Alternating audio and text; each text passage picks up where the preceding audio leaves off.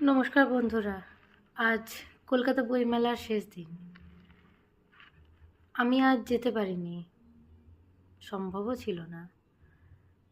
আপনাদের বরং আমার এবছর প্রকাশিত কাব্যগ্রন্থ জিভে প্রেম থেকে একটি কবিতা শোনাই। এতদিন পর্যন্ত জিভে প্রেম থেকে আমি বেশ কয়েকটি কবিতা পড়েছি। সেগুলো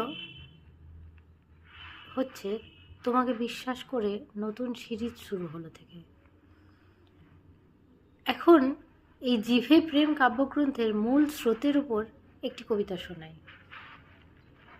৮ কবিতার নাম্বার।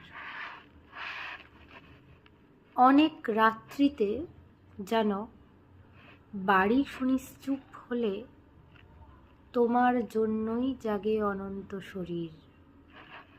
পায়ের তলার থেকে দপ করে ওঠে বুক, মোটা কোনো অবয়ব জড়িয়ে মরিয়ে নেয় যেন শনির বলয়।